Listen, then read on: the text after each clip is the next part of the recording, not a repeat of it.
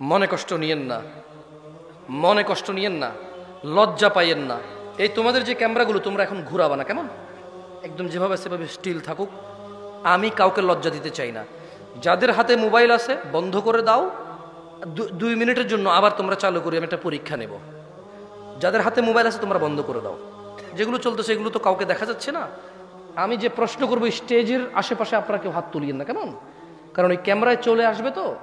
আমি চাই না আমার কোনো মুসলমান ভাইকে আমি অপমান করি, এটা আমি চাই না। আমি চাই না ওর সম্মান নিলামে উঠে যাক, ফেসবুক উঠে যাক, ইউটিউব উঠে যাক, এটা আমি চাই না। আমি চাই ইসলাহ, সংশোধন। আমি কি চাই? সংশোধন।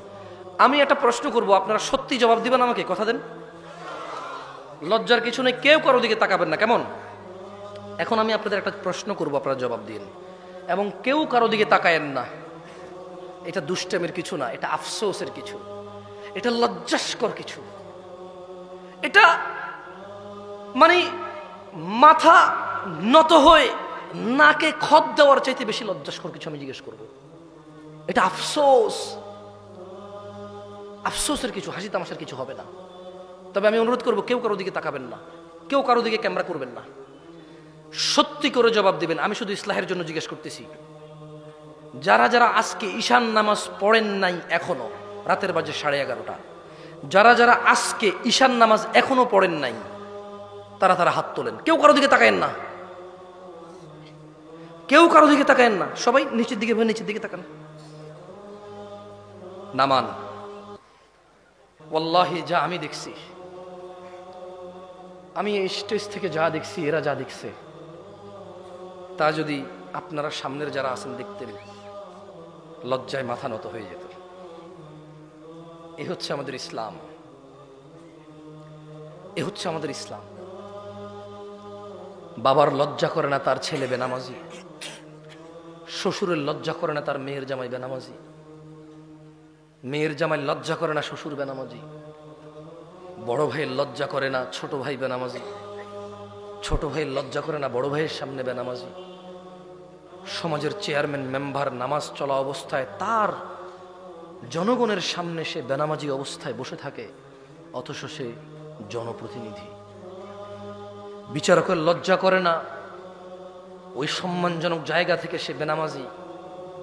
বিবাহের মধ্যে দোষের মধ্যে আসে না যে ছেলে নামাজ পড়ে না, এখানে বিবাহ দেওয়া যাবে না, এটা দোষের মধ্যে পড়ে না।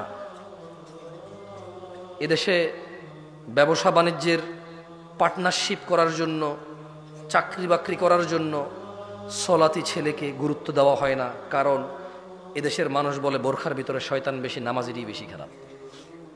ও নিজে নামাজ আদায় করে না তো এই জন্য এটা বলে, অথচ ও জানে না খারাপ আমরা সবাই, মুশরিক ও গুনাহগার। খারাপ আমরা সবাই, মুশরিক ও গুনাহগার এটা এক বিষয়, আর মুসলিম ও গুনাহগার এটা আরেক বিষয়। ওকে আমরা বাংলা ভাষায় বয়ান করে বুঝাইতে এখন পর্যন্ত সক্ষম হইনি। গুনাহগার মুসলমান আর গুনাহগার মুশরিক দুটার মধ্যে আসমান জমিনের পার্থক্য আছে।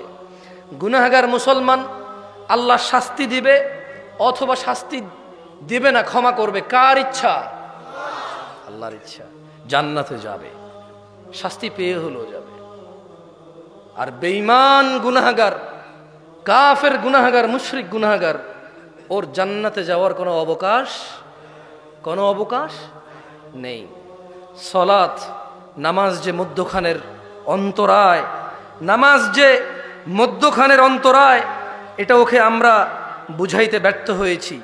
ও সলাতকে সাপ্তাহিক অনুষ্ঠানে পরিণত করেছে। ও 5 তলা মসজিদ এজন্য করেছে কারণ জুমায় জায়গা দেওয়া যায় না, ফজরের জন্য করেনি। ধিক্কার এমন পরিকল্পনাকারীর উপর। আমি জামশেদ মজুমদার বলি, সেই মনি লজ্জা পাও তুমি। আমি ব্যক্তিগতভাবে বলি, লজ্জা পাওয়া উচিত তোমার।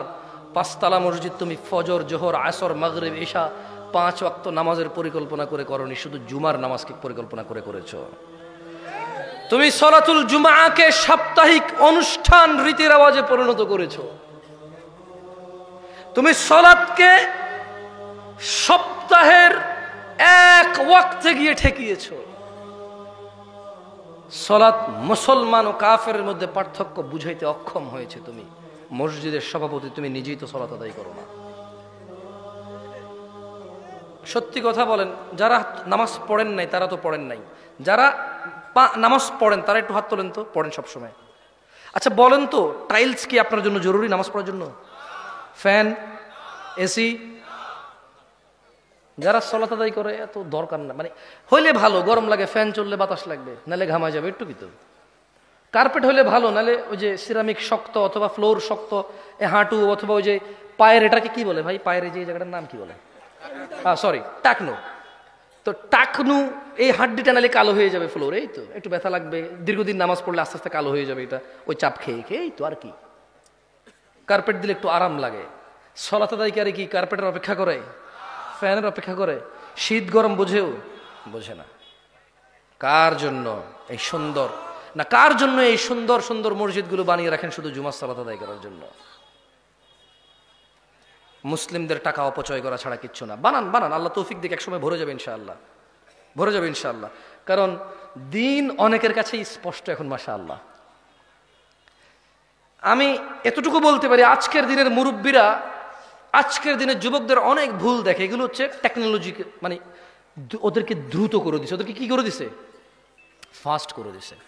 এছাড়া মুরব্বীদেরকে যদি আমি বলি বুকে হাত দিয়ে সত্য কথা বলেন তো, আপনার যুগের যেই জোয়ান পোলাপান ছিল, এখনকার যুগের পোলাপান কি অনেকেই দাঁড়িয়ে রাখে না? বলবে যে হ্যাঁ, আগের তুলনায় এখন অনেক বেশি রাখে।